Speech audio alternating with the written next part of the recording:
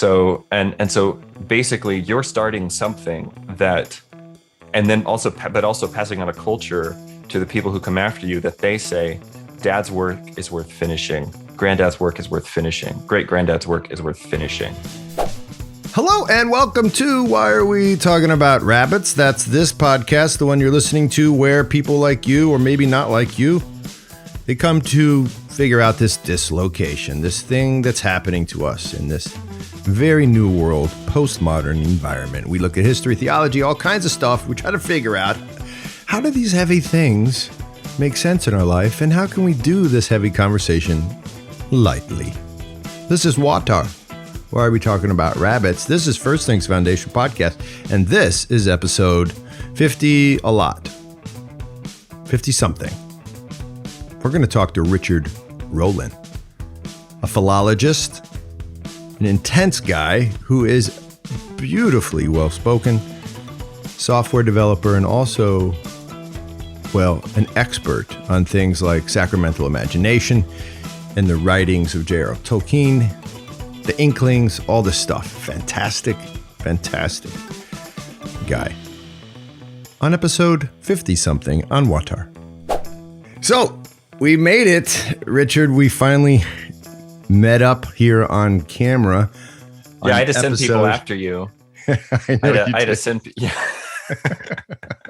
By the way, strong people like jiu-jitsu people came after me. Yes, I had to send jiu-jitsu people after you. Yes. I'm really glad you did, because we've been having some nice conversations off of line and on email.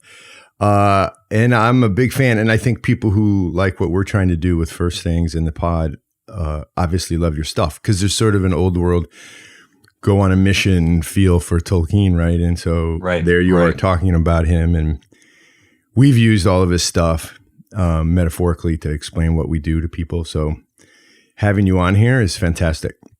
So I'm excited to be here. I've been I was turned on to the show back when you had Pajot on. So I've been tuning in since then. So it's always, like I was saying before we hit record, it's always easy to go on a thing that you're already a fan of, because it's just fun and exciting, and it's much more comfortable. It's a joy too, because when, not all of us who come on to First Things are Orthodox, but everybody has a type of an ethos, right, where they go out and then are quickly put in front of difficult situations as development workers or quasi missionaries for project development. And what happens is they hit a wall, and all of this stuff that we're going to talk about and that Pajot's talking about is how to deal with the pain and suffering of the world and overcome it, and then the beauty of the struggle and all that, right? It's all in there. Yeah. So let's see. Tell people who you are, first of all. Tell us about who you are. Yeah. So my name is Richard Rohlin, and I live in a house full of small children who are currently yelling the Star Wars theme at the top of their lungs. So if people hear that, I'm really sorry. No. So my name is Richard, and I'm a data analyst by day. That's my trade. That's how I feed my family. But then I spend my evenings and my weekends doing, pursuing the things that I think make life worth living, which is the beautiful, the good, and the true. Mm-hmm. And the form that has kind of taken over the years is that I became very interested in medieval studies, particularly through reading the Narnia books when I was a kid and things like that. And then eventually, when I was in my late teens, I think I read a book by C.S. Lewis called The Discarded Image, which is it's actually a survey of kind of what he calls the medieval model, which doesn't totally, as Lewis understands it, and I think his understanding is in some ways incomplete, but as Lewis understands it, the medieval model doesn't totally encompass everything that you mean by old world, but it's it's like, let's say 70-80% of what you mean by old world. Yeah. And so I was just totally captivated by this way of understanding the world. I just found it to be a much more beautiful and also like a much more useful way of engaging the world. As an example of that, I met a couple of years ago, I met two astronomy professors. These are They're well-known astronomy professors. And I got to talking to them at a conference, and they've actually been developing tools to teach the old Ptolemaic model of cosmology Wow. to their undergrad students. And the reason that they've started doing this is because they've realized that people are making it to their, doctoral studies with no ability to actually do naked eye astronomy. They can go out, stand on the front lawn, point at a star and say, which star is this? Or where, given the time of year it is, where should Orion be right now? Something like that. Like Wow. they're not able to do those things because astronomy as a discipline has become such a disembodied experience. Well, my generation would say that's all that is what they do. Yeah. And they can't do it. Fascinating. Yeah. So what they're doing is getting, they're building, making tools to basically teach the old model first. And so basically what their approach is they're saying you have to learn the old model first. You have to be able to learn to do naked eye astronomy based on where you are actually in the cosmos. After you've done that, then we'll teach you the other stuff. So basically you have to build the sort of what I would call poetic knowledge. You have to build a relationship with the world around you. And then after you've done that, you can start studying like more abstract things. So that's a good example of kind of the way that I found the medieval model, on multiple levels to be more experientially true and useful and just also more compellingly beautiful. This is really helpful because I found that too from living in it, but almost unable to explain it.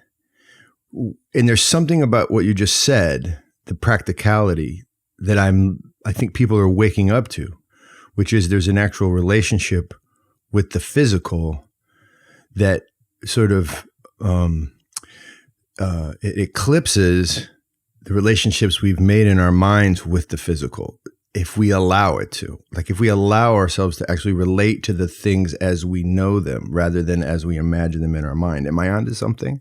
Yeah.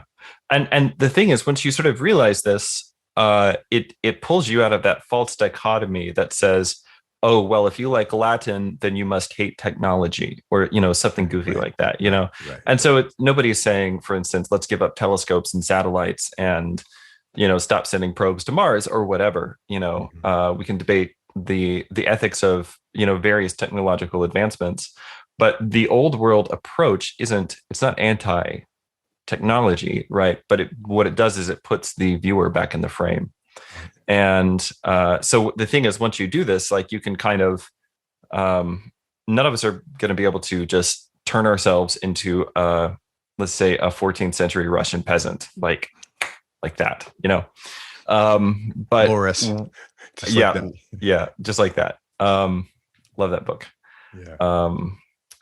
And it's funny because when I read that book, I think I told this to Jonathan, but when I read that book, it was before we converted, and I was just totally blown away by it and everything. And I still am. It's a constant wonder to me. And then my wife, who is a much more holy person than I am, she read Loris and she was like, yeah, this is a nice book. Like but it just because it was so normal to her. So that's not a yes. Yeah. But anyway, you have a unique wife. That's a great story. Yeah. So so anyway, all that to say, I found the medieval world deeply beautiful and compelling. Ended up pursuing a master's degree in Germanic philology, which is basically it's a discipline that allows you to study old texts in the languages they were written in the handwriting they were written in, et cetera. So it's kind of as close as you can get to go back and be an original reader of those things. There's a very famous philologist who said, I became a philologist because I wished to speak with the dead. And that's essentially what I'm kind of here for. So I like old stories and old texts, and I believe that that there's truth in them, there's goodness in them, there's beauty in them. Yeah. And then of course, out of this, obviously, never a separable part of this whole process has been my deep love of JR Tolkein. Mm-hmm. So the movement towards the old world, towards the medieval mind, eventually led to our becoming Eastern Orthodox a few years ago. And after we became Eastern Orthodox, I guess it's only been a few months now. For about the last 7 months, um, I've been co-hosting the Amon Sul podcast on Ancient Faith Radio with Father Andrew Stephen Damick, where we talk about kind of the cross section, the intersection. Intersectionality is so hot right now. Yeah. The intersection between Tolkien and Orthodox Christianity. So that's fun. And then kind of spitting out of that, I've been doing some writing for Jonathan Pageau's Symbolic World, mainly on hagiography, which I find to be a very interesting and important subject, a really important part of my family life as it happens. Yeah. And then also we've been recording a series of history videos together. I think the next one is maybe going to go up this week or next week. So talking about the medieval view of history, this idea of universal history, and why that's a useful model, why that's actually a helpful way of understanding history, not just like arbitrary or wrong-headed or these poor benighted medieval people. They didn't know what they were talking about. So right, they keep getting it wrong, and we have to keep correcting. Right. So I want to get back. Actually, I would love for you to explain the universal history concept to our listeners in a minute. Maybe it's fantastically interesting. To say a little about my background, because I know this is one of the things that we want to talk about today. Mm-hmm, mm-hmm. So my previous religious affiliation is that I grew up Baptist. I was actually on pastoral staff at a Baptist church for about 7 or 8 years before I became Orthodox. And I'm the son and grandson of multiple generations of Baptist pastors and missionaries. This was going to be my question. Yeah. You're this old world soul, or somebody, you fell in love with something old. And I was wondering what your family inheritance was that brought you to that. And so here we go. It's Baptist. Yeah, is where you started. Which is not a very old world religion as it happens. No, actually, right. Exactly.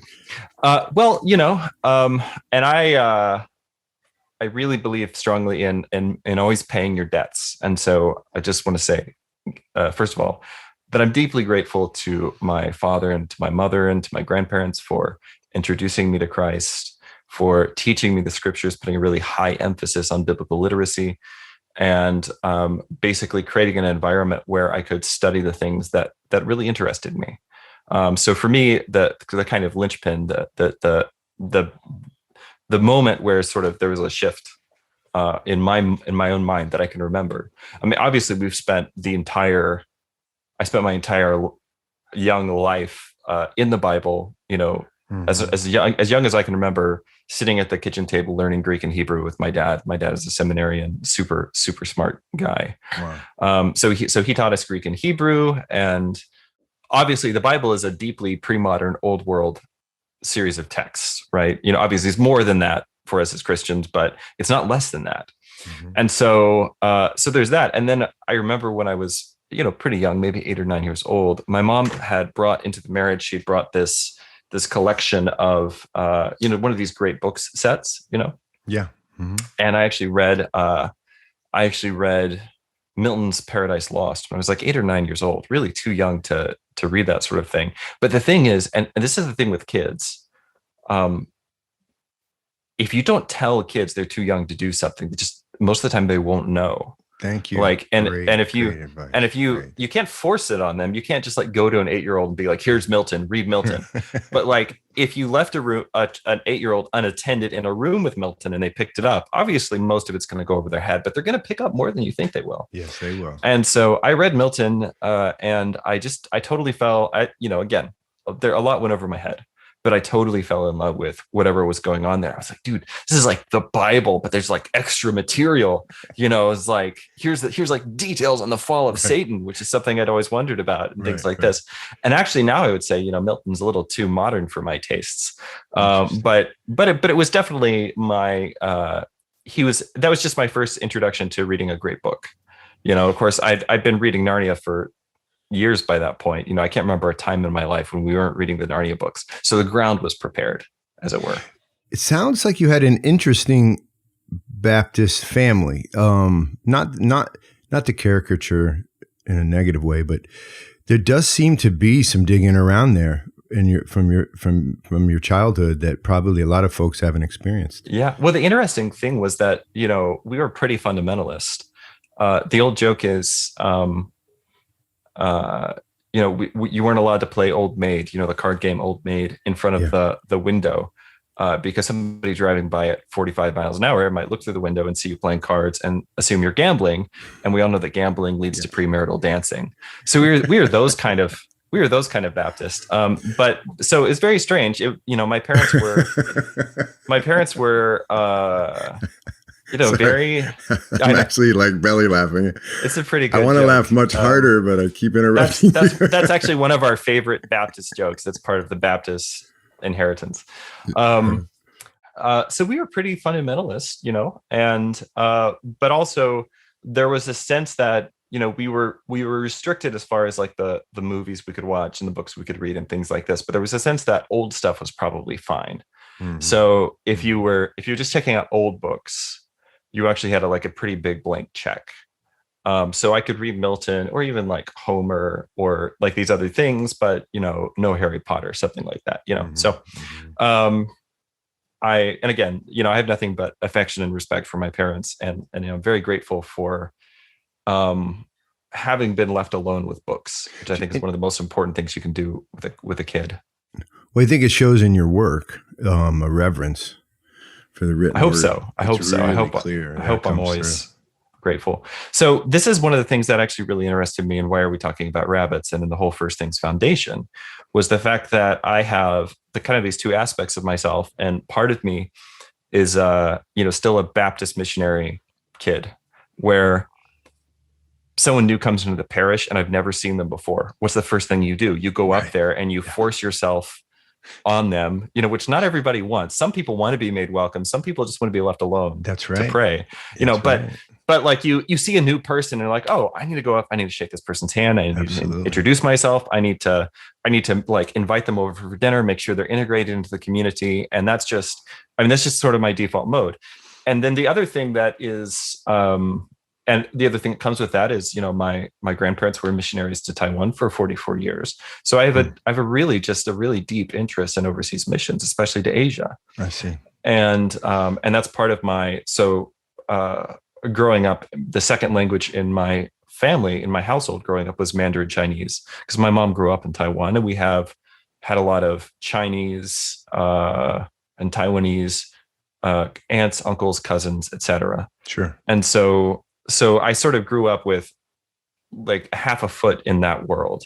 Well, it's a deep immersion. We call it an immersion. I mean, we're shooting for that. I mean, you have it all the way. I mean, your family really is Eastern Asian. So you go over to my, and we're not totally Eastern, like it's sort of a hybrid. So like if you go over to my mom's house, most of her decor it's all Chinese stuff, it's stuff that actually like she brought over or someone brought over for her from China or Taiwan.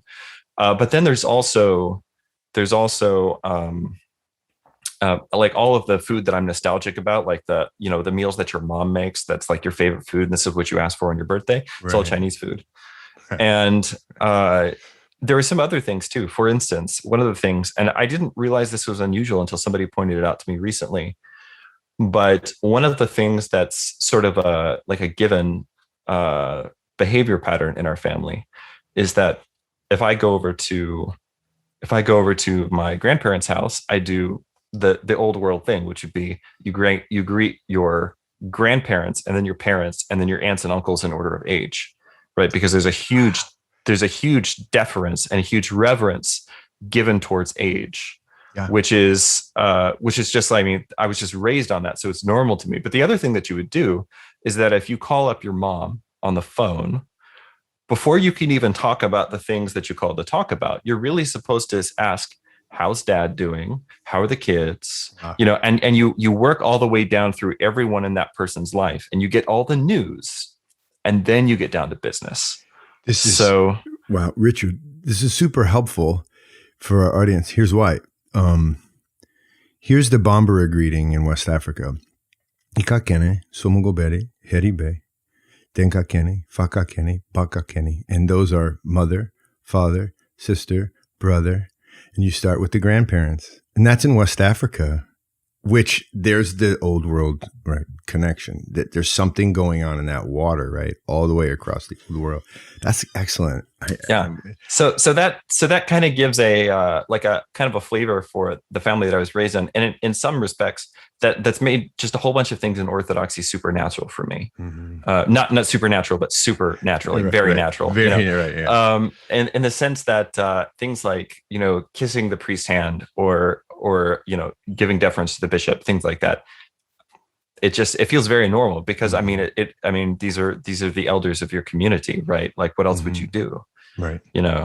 So you just demonstrated, I think, just so well, the kind of thinking that I too had an experience, and we are all doing it in our work. But what would you say to people? And I know these people who say, yeah, but Richard, be careful, because in all the old world, you'll lose identity. You lose your individuality, your creativity, all the things that maybe the West holds up.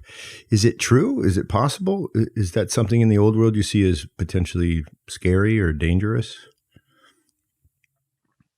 I don't really think so. I think that two things give the lie to that. One is just how deeply productive and creative medieval civilization was, East or West. It's one of the most productive and creative times in human history. But here's the difference. If I start building something, or I start writing a novel or something, and then I die, probably my work dies with me, unless you're JR Tolkien and you have the greatest son who ever lived, Christopher, to like pick up your literary legacy and kind of finish the work. Good point. Yeah. Which is a very old world thing of him to do. I mean, Christopher Tolkien, I did my own thesis work on stuff on some of his, on a saga that he had previously translated, and so I spent 2 years just with his notes on this saga. Christopher Tolkien was a brilliant man. He could have had just a really great career as an academic, probably as an author, if he decided to go that direction. But instead, he dedicated himself to his father's literary legacy. But anyway, so that to say, if I start producing something and then I die in process, most of the time my work won't be carried on by my kids, and that won't be out of any malice on their part. It's just not what we do. Everyone's got to go sort of figure out their own thing. In the old world, you could have 6 generations that participate in the building of the same cathedral. Right. You could start one of these. Some of these cathedrals in France and in England took as long as 100 to 200 years to complete. Yeah. So so basically, you're starting something that, and then also passing on a culture to the people who come after you, that they say, Dad's work is worth finishing. Granddad's work is worth finishing. Great granddad's work is worth finishing. The telos goes beyond. Your life is not the end, right? Everybody knows that somehow deeply in the old world. Right. And so, but there was more of an idea in the old world that your life is not the end, but that the things that you make with your hands might have an afterlife, right? That they might continue after you. Yeah. And in this world, whatever that may have been for whatever culture, but in this space we call the material world, they continue. Yeah. And you're right. I don't know if my kids have.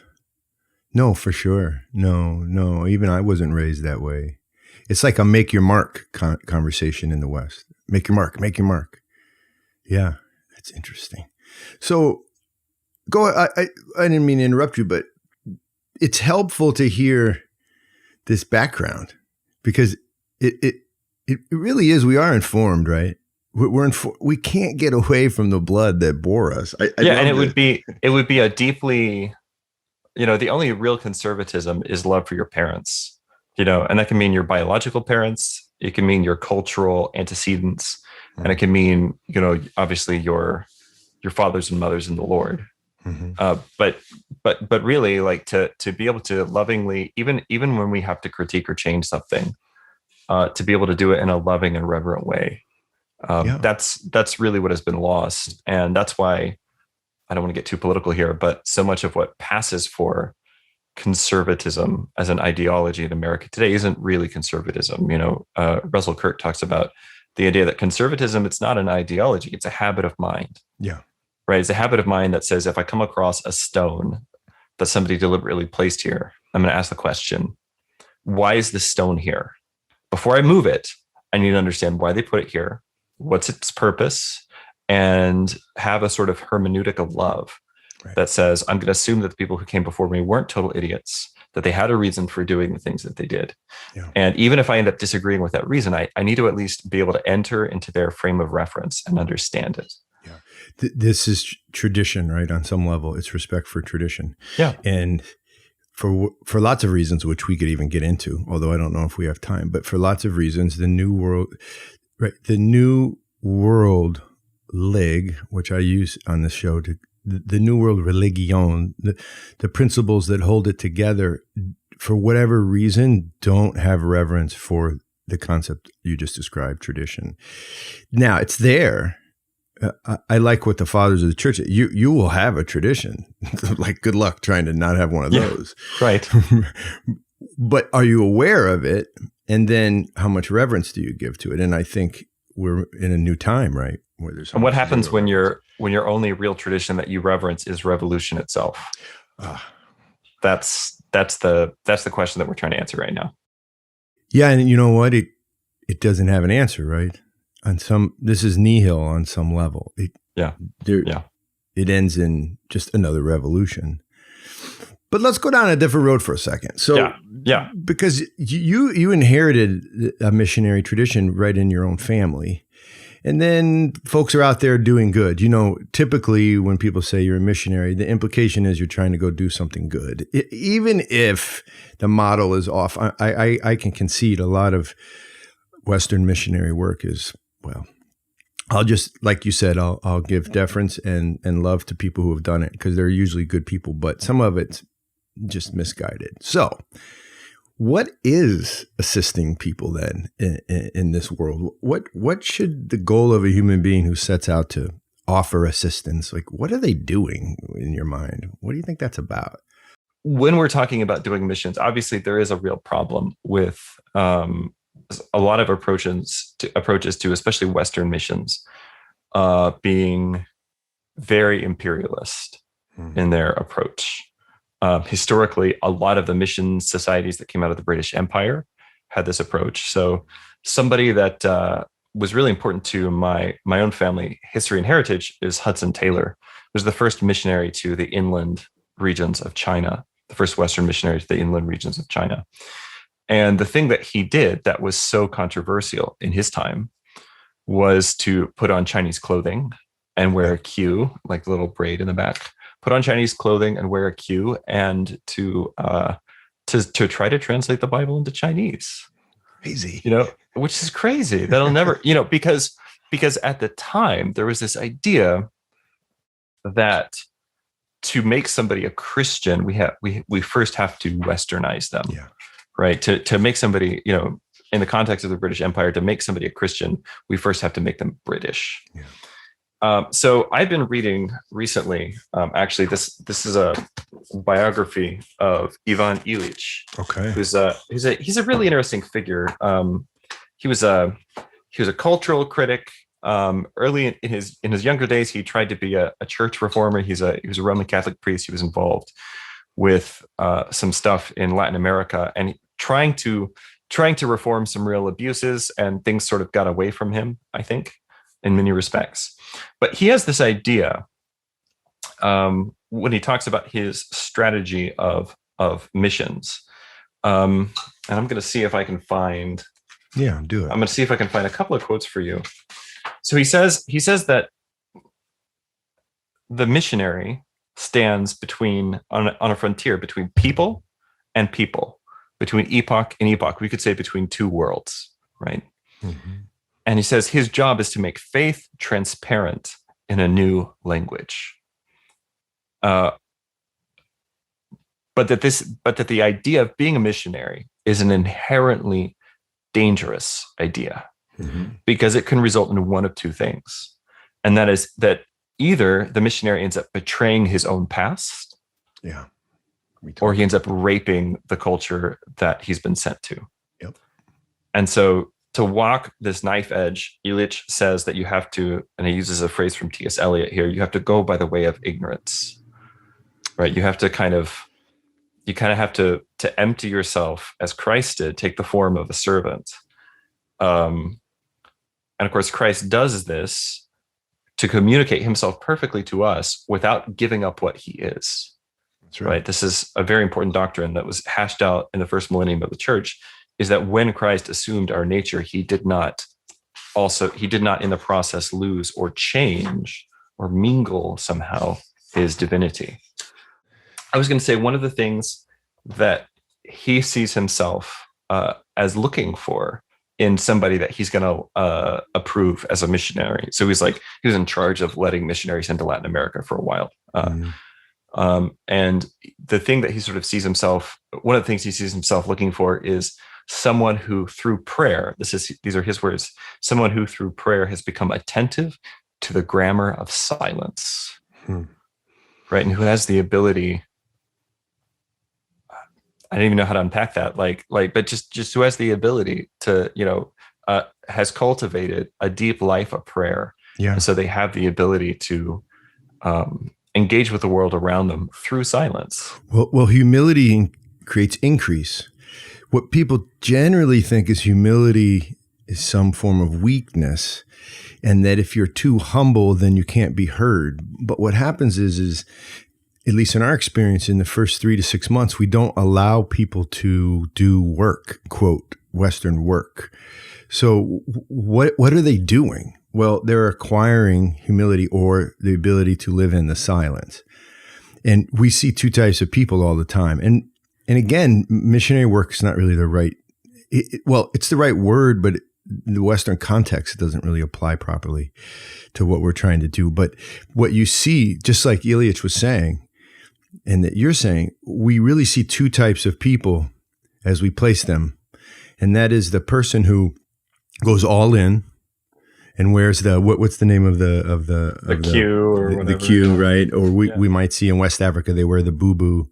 They go all in and everything is lost in terms of what they brought over. Or they go the other way. They wear their USA hat and their jeans and they do none of the cultural immersionship and acquire very little of the culture. And so those are the poles, and we see variations on that all the time. And it's the people that can go down the middle, which of course the implication is the royal path. The implication is what you just described in Christ is you keep yourself and lose yourself at the same time in this paradoxical way. Beautiful what you said there with. So can I take that in a direction that you did not actually maybe intend? Sure. Absolutely. That's what's fun about a podcast. Yeah. So the United States, I basically see as a mission field. In fact, even when Ilyich wrote about America, he was like, why is America sending missionaries? Like these people are more Christian than we are. Like what's, and I mean, he was super critical of the attempts of like the American Catholic Church to make the Latin American Catholic Church like more like conform more to a mold. He talks about the transformation of the hacienda of the Lord into the supermarket of the Lord, which is pretty rough on this road. Yeah, I know, right? A lot about I know. this. So, but he saw the United States as actually being a culture. Man, I should have like saved these quotes out because like some of his turns of phrase are just like really devastatingly good. We'll put his book in our yeah. Sure. People should go. So this is actually a biography of him by a close friend and kind of the amanuensis of his later years. And this was sent to me by a symbolic world guy named Benjamin Wood, who's got his own YouTube channel. Mm-hmm. And he sent this book to me just to read it. And I found it totally delightful. But one of the things he talks about is basically the idea that America is in need of, and he uses basically the term consecration, like the way that you would consecrate a church or or a person. And so he basically saw America as actually in need of mission work itself. Now, I have a personal theory here about missions and about the conversion of a society. And I've voiced this other places as well. My theory is, and this comes from Dr. Timothy Batista, his book, Ethics of Beauty. He doesn't say this in there, but I kind of got the idea from reading his book. And that is that you'll know when a civilization has Christianized, when a civilization has really converted, you'll know because they'll have a particular icon of the Mother of God that's unique to that people and to that place. The Our Lady of this place, right? Yeah. Yeah. And there are a couple of locations in America, more Catholic places, or in a couple of cases we have some wonder working icons in the Orthodox Church in America, but there's no common icon of the Virgin that even a non-Christian in America would look at and know what they were looking at. It's not like Our Lady of Guadalupe down in Mexico, right? Yeah, I was just where even a non-Christian person or somebody who only goes to mass once a year or something like that, when they see the icon of the Virgin, they'll reverence her. And I think that this is because of the close relationship between her and the Incarnation. No doubt. I've seen it in Ethiopia. You see it all over the Eastern Europe. Yeah, you're right. It has to do, right. God became man within that womb, within that material space. And then yes, that's right. It's the material expression.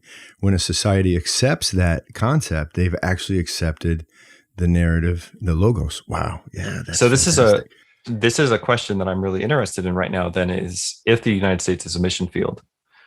Certainly from an Orthodox perspective, it is. Orthodoxy in America is still very much in its missionary phase. Mm-hmm.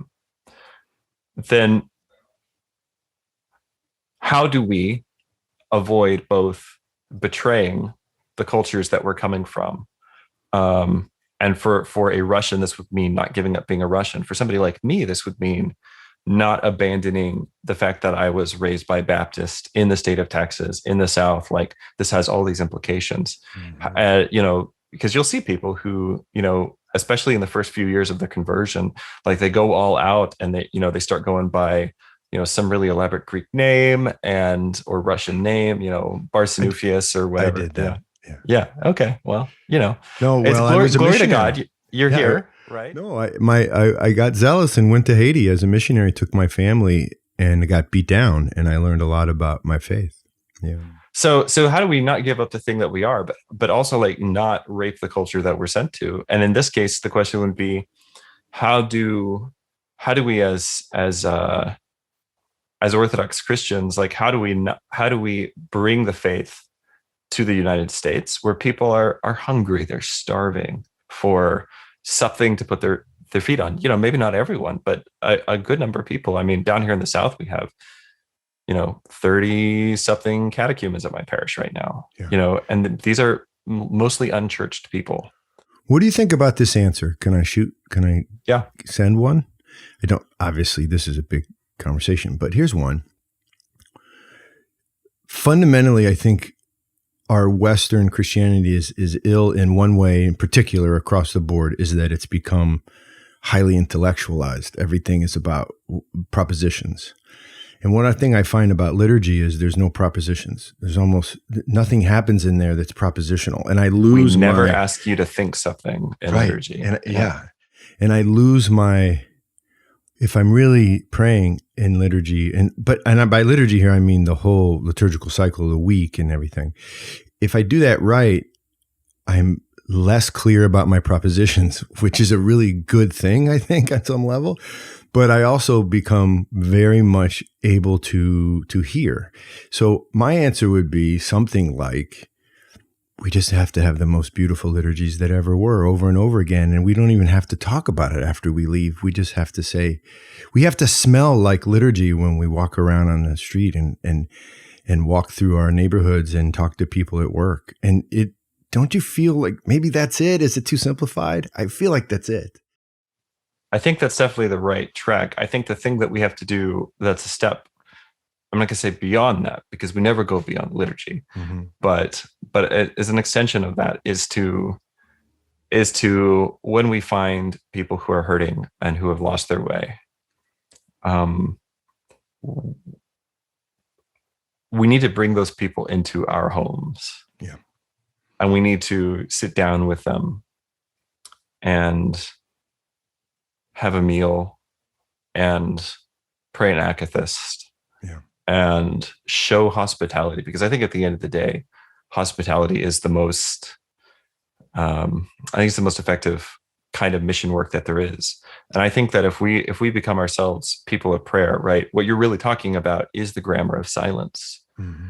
right? The being able to be silent before God and just becoming a quiet person. This is the first 2 or 3 Orthodox people I ever met before I even really knew what that meant. Like I knew like from historical perspective, but I didn't really realize it was like a real living community here that I might have access to, Yeah.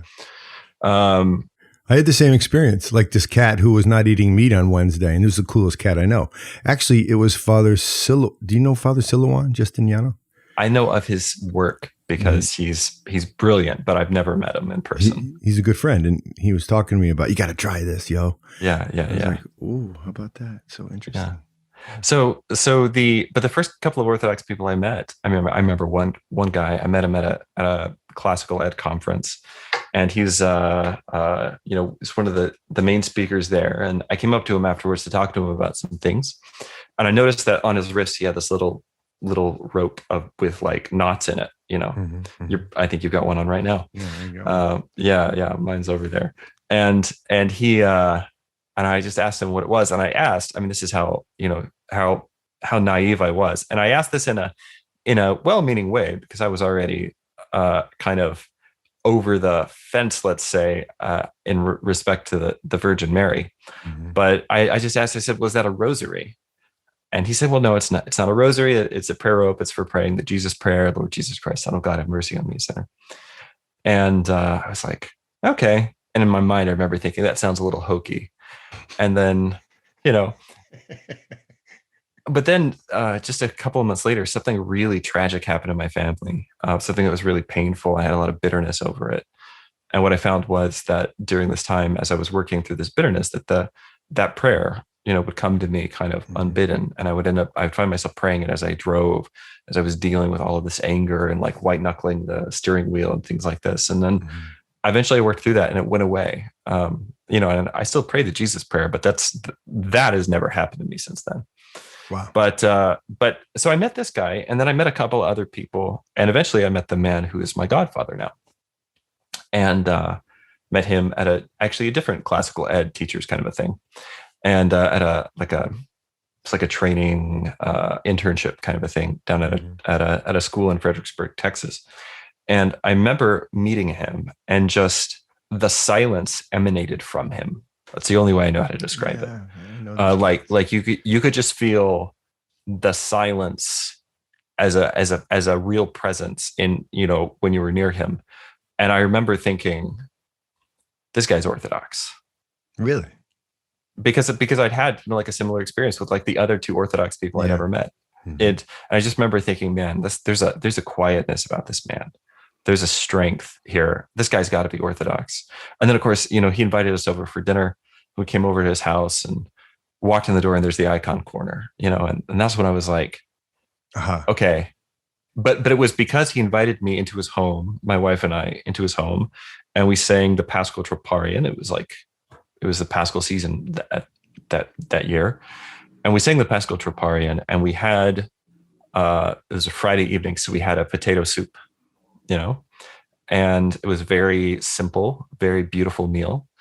And we had a little wine, and I was just overcome with the joy and the love, and the freedom that was in that, right? Like freedom, like I felt like nobody was putting me on, nobody was strained. Everyone was just kind of free and open to be themselves. Yeah. And it was just this really beautiful home environment. That was before I'd ever been to a liturgy or anything like that. And that was when I said, okay, listen, you're not Russian, you're not Greek. So how did you get to be this? And why are you this? Right. And it was that conversation. He's my godfather now. So it was that conversation that brought me to the church. Well, the identity conversation is important here because, of course, Russian is part of the identity of many Orthodox, but it's the whole conversation we're having with intersectionality right now in the society, which is, I hear you, that's an identity you have as a woman, as a Black person, as a white person, but these are, I would call them minor identities, but we've inverted somehow. But that was for me also a unique type of roadblock toward orthodoxy was, all the variations on identity. And I'm like, I'm not those things. But then, as you know, when you peel back history, you realize that there is an unbroken chain of conversations being had since Christ that are the actual identity of all humans. And then you just go, oh, okay. But the thing is, you can't push. I like what you said. Those guys weren't pushing you. They weren't going to win you, right? It wasn't a win you conversation they were having when you came to their house, even though you had sort of already become a type of Orthodox thinker. I found myself, whenever I'm trying to win somebody, I'm actually losing, and also I'm wasting everyone's time. You know what I mean? Yeah. So this morning's lectionary reading is the for the apostle is the Paul's sermon on the Areopagus, and I actually just read that with my kids before I jumped on this call, and I was like, oh man, that's just so perfectly timed. I couldn't have. And if you look at what Paul is doing there, there is a sense in which we have a responsibility as Christians to proclaim the news of Christ's triumph over sin and death and the devil. And we have to publicly proclaim that and let the world know that there's a new king, and that's the proclamation of the gospel. But of course, the interesting thing is that there are really only maybe one or two converts that come out of that sermon, but one of them is Saint Dionysius the Areopagite, who at the very, there are different, opinions about the Dionysian corpus, but at the very least, you could say that he's the fountainhead of the church's rich mystical tradition. No doubt. Mm-hmm. And so here you have what probably, and I would even hear, in Bible college and, like missions training and things like this, they would actually use St. Paul's Sermon on the Areopagus as an example of what not to do. Because they said, see, it wasn't very successful because it didn't get very many converts. You heard that? Yeah. I heard that. I heard that from the pulpit. I heard that in school. Because it can be, I'm saying it is for everyone, but it can be, mission work can be a numbers game, right? It can just be about like, how do we, and again, that goes back to, you go from the hacienda of the Lord to the supermarket of the Lord. Like, how quickly can we get people through the door and get them their stuff and get them out again? But Richard, think about this. That model is the corporate model now. If you travel anywhere, you see, it's about numbers. And the product becomes secondary to how many people are actually using it. And the idea is to get it into people's hands. I always find it so fascinating that sort of corporate agnostics sort of say we're not, we don't do that awful imperialistic thing anymore. Now we're just offering people what they want. It's a joke. It's the exact same model. Yeah, exactly. Yeah. Yeah. This is what, and so there has been a corporatization of Christianity in America. Right. I don't think that's even arguable. There's so many examples of it. And so here's the interesting thing about the Dionysian corpus and about that sermon on Mars Hill, is that it looks from a 5, 10, 15 year perspective, 5 years after, 10 years after, 15 years after, you could say it doesn't really look like much happened here. But then 2,000 years later, the whole mystical life of the church, really East and West, is built in large part on the scaffolding of those writings. And can you live with that? Can you as a human in time live with the fact that you may not see the thing you want to see? I can. Yeah. I think you have to. So going back to like, how do we do missions? That's got to be the answer. I think a really big part of it is that you have to be okay with the fact that you're building a cathedral. Yeah. And there is an element of faith that says, I've got to trust that other hands are going to come along and continue the work when I'm gone. Yeah. And if I don't, then one of two things will happen. I'll either lose myself, right? Not lose myself in the if you lose your life for my sake, you'll keep it. Which I think was also the lectionary reading this morning from the gospel, as it happens, John chapter 12, I think. But it's not that kind of losing yourself. It's not that kind of losing yourself. It's the nihilism, right? Yeah. That you really become absorbed by the game that you're playing, right, and trying to win it by a set of rules, a set of parameters. And as a result, you lose your footing. And I think that's the danger that we're always in when we're doing mission work. And this is one of the reasons I'm so interested in what you're doing at First Things. Yeah. And the approach that you take to saying, you've got to go and live and just sort of be silent. Yeah. And spend some time with the culture, spend some time with the people before you start trying to change things. And I will say there are definitely Western Protestant missionaries who have done that well. Sure. No, again, just like it's not like brand new. Yeah. But it is difficult though, and difficult to explain. It's very difficult to explain to people. And here's the other thing. We bring people on who, remember, we're not recruiting just Orthodox people, because I think, like all things, if it's good, it applies to the soul, then we can all do it. But it's hard, Richard. It's hard to explain to a donor. Yeah, Anna's going to be there for 6 months, and she's going to go down to the local ferreteria and help the guys do, accounting on their little local business. They're like, what? Why am I paying for that? You're like, well, because she's going to learn everything there is to know about how the society works. And she's going to also be really tired of that. And it's going to change her fundamentally. It's going to make her have to see the world the way they see it, not the way she does. And she's going to have to lift stuff, or he's going to have to. And then you say, is that worth it for you? And I'm telling you, Richard, still for many people, that part eludes them. They want booties on, they want socks on feet. They want shoes and they want food. And I don't blame them. I understand that, but that's the savior part of missionary. Butts and seats is what we used to say. Yeah. Butts and seats. Butts and seats. Well, tell us about what you're doing. Because there's some, first of all, the concept of sacramental imagination, just that alone, I feel like I want to talk about, but tell us about your work. Yeah. So a couple of things I'm doing right now that maybe your listeners would be interested in. One is I do have a podcast called the Amon Sul podcast through Ancient Faith Radio. We talk about orthodoxy, Tolkien, the cross-section between those two things. There's actually a really fun episode coming out in 2 days on the 10th of, 2 days from this recording. So on the 10th of June on the, it's called Perilous and Fair, it's like a 2.5 hour conversation between myself and then an evangelical Tolkien scholar on the Mother of God in Tolkien's Legendarium. And it was just a really beautiful conversation. It's on the podcast. Yeah, it'll be on Amon Sul podcast. So that's going to drop in 2 days from when we're recording right now. So, so then the other thing that I'm doing that I would really like to actually elicit, some help with, essentially, is I want to put together a collection of essays on the Sacramental Imagination. And I'm doing this in kind of concert with the really great folks at 8 Day Books and the 8 Day Institute in Wichita, Kansas, which is the center of the world. Yeah.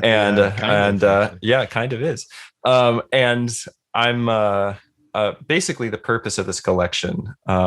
So when you talk about the old world, or when my Father Andrew talks, or my friend, I mean, he's my father in the Lord too, because he's a priest. But when my friend Father Andrew talks about re-enchantment, what I sort of mean, that kind of encapsulates what I mean when I talk about the sacramental imagination. Mm-hmm. So the sacramental imagination, at the end of the day, it's the basic conviction that the created world is not just a possible, but a normative means of engaging with spiritual realities.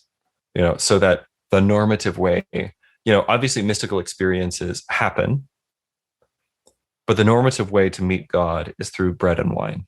Yeah.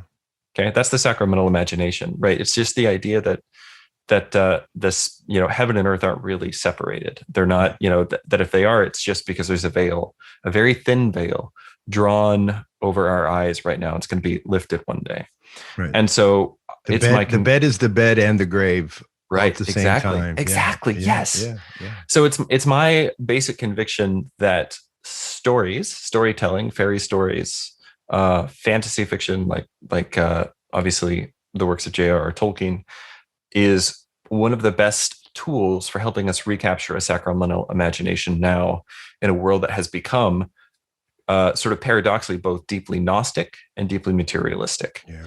And so that's what this essay collection is about. You can go to findingthegoldenkey.com. We'll put that on for sure. And there's a call for submissions there. I'm looking for Christian authors. You don't have to be an academic to submit to this.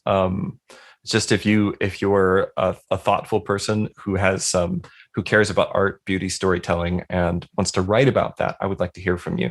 So there's a submission form there where you can submit an abstract. Yeah. This sounds fantastic. Yeah. It's going to be really great. We've already got maybe 3 or 4 submissions in, and they're just really, they're fire. It's going to be a great volume. Okay. Super. Yeah.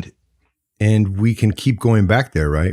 If we go to findingthegoldenkey.com, we can get updates and yes, there's a blog there where I'll put news updates. And I will just say, and I haven't said this anywhere yet, so this is a breaking news right here. On WAWTAR, right here. Exclusive on WAWTAR. My plan is that volume 2 will actually be a collection of stories. So in volume 1, I just want to lay the groundwork for why are we talking about stories? Yeah. But then volume 2, I want to actually be a collection of stories. So we're gonna be doing that. So just watch that space. I'm hoping it's going to be very active for the next few years. Richard, could you come back every week? Because you're like a pro with this. You really helped. You're helping my audience, and I don't think I could do every week, but I would really love to come back again, because you're just a very easy person to talk to. This has been a really delightful conversation. Oh yeah, I feel the exact same way. And you know what? We're gonna meet in human real life sooner than later. I look forward to that. I look forward to you educating me in the ways of the supra. About 5 times I wanted to come in and tell you about hospitality and what we're trying to do. Keep an eye on what we're doing. We're about to open a place that is called the Hospitality Shop, basically. Where are you guys based? Well, I live in basically we're out of Florida is where our board and where we were founded. I live in Greenville. Because of the nature of our work, I can kind of live wherever. But we're going to open a place in Greenville here. That is a lounge. We're working on it right now. We have a property we're about to rent, we hope. That's like a hospitality shop. We're going to throw the supra there, the Georgian kepi. We bring in speakers. We'll have hajapuri and all kinds of Georgian food, good wines. And it's what you talked about. And I was almost plugged it, but your words were too beautiful. I didn't want to interrupt them. But keep an eye on us because that's going to open and we're going to do some cool things there. And hopefully we can get you in there. That's really important to me because that's one of the things. So I mentioned St. Dionysius a minute ago. So I started this effort towards hospitality and let's say the love of beauty out of my own home on Thursday nights and it started as just a reading group of people, mostly Baptists, who came together wanting to read the Divine Comedy. As a group and talk our way through it. Of course, most of us are Orthodox now, so thanks Dante for that. So it's kind of evolved into something that I've called the Society of Saint Dionysius the Areopagite. Really, for very various reasons that we don't have time to get into right now. But I could just come back and talk about that sometime. But so this book, this Finding the Golden Key essay collection is really what I want to be the first project of the SSDA. So I'm going to be sort of tapping the SSDA members for things like peer review and stuff like this. So we're going to work on this volume together. It's going to be a community project. But one of the things, there are a couple of other things that I want to do in 2022, probably at this point, as far as events with the society goes, and that is I want to have a dinner. Like I want to have like a formal dinner. People put on tuxedos. So we just need to talk about this. And because I want a dinner, I want toasts, I want congeniality and fellowship, Richard, but also in a more beautiful setting than we would normally be able to do. We have to talk. I was just invited last weekend to North Dakota. A couple of the first things guys went. A huge family out there, a huge farming family. And I mean, they're almost 30 people at the table. And we did the Georgian Supra, replete with troparia, being a cappella as best as we could, with folks who were totally evangelicals. And it was really, no kidding, whatever that word magic means, it was all that. It was fantastic. People crying and toasting. We need to get together. Okay, let's talk about this. And I also want to do a symposium where we maybe pick up a text or a passage, and we bring in one or two interesting people to talk about that, and then we sit down around some tables and break up into some smaller seminar style discussions. So I want to do a couple of events like that, and I'm just sort of consciously, in a way, aping the stuff that they're doing at 8th Day Institute in Wichita, which is just an amazing, magical place. Mm-hmm. But also, I'm conscious of the fact that Dallas it's a different culture, it's a different community. We've got to figure out how to do these things in a Dallas way. So that's what I'm kind of trying to stumble my way through. So all that to say two things. One is we do need to talk more, because I think you could really help me with this stuff. And the second is that if somebody's listening to this and you're in the Dallas area and you want to chat about this stuff, hit me up on Facebook. We're doing some fun things, and Orthodox, not Orthodox, doesn't really matter. If you're interested in the stuff that I'm talking about and you just want to come read medieval literature, read the Church Fathers, read C.S. Lewis in a really congenial group setting, hit me up. Fantastic. Well, okay, we're clearly going to be talking again, and you'll come back and let me know, because I'm always looking to go travel and talk to somebody. We're in the business of doing aid, and so we're in the business of asking for money. That happens too. Yeah. So love you, man. Love you for coming on here. Thank you. Keep going. Your work is fantastic. You're very just easy, like you said. It's wonderful talking to you. So, guys, Richard Rohlin. See you soon, Rich. Thank you. Bye. Shenis Gagimarjos. That's, to you, the victory. That's done at the Capi table. That's a Georgian thing, sometimes called a supra. So I want to say Shenis Gagimarjos to you, Richard Rohlin, for coming on and being so wonderfully articulate and also heartfelt and all of those things that make for a good conversation. What a great conversation. This is WAWTAR. Why are we talking about rabbits? Produced by Andrew Schwark, Daniel Paternos, and lots of other folks who volunteer to help us. If you want to be one of those, by the way, just get in touch with me or Andrew in the pod notes, because we'd love people who want to help us help others. We're First Things Foundation. This is our podcast. Share us all around on the interweb. Be sure to hit us up with positive reviews. You can hit a negative too. Do a negative one, but be loving. And finally, tell your friends about us. Nakvam dis, hasta luego, con bufo, au revoir. Peace out.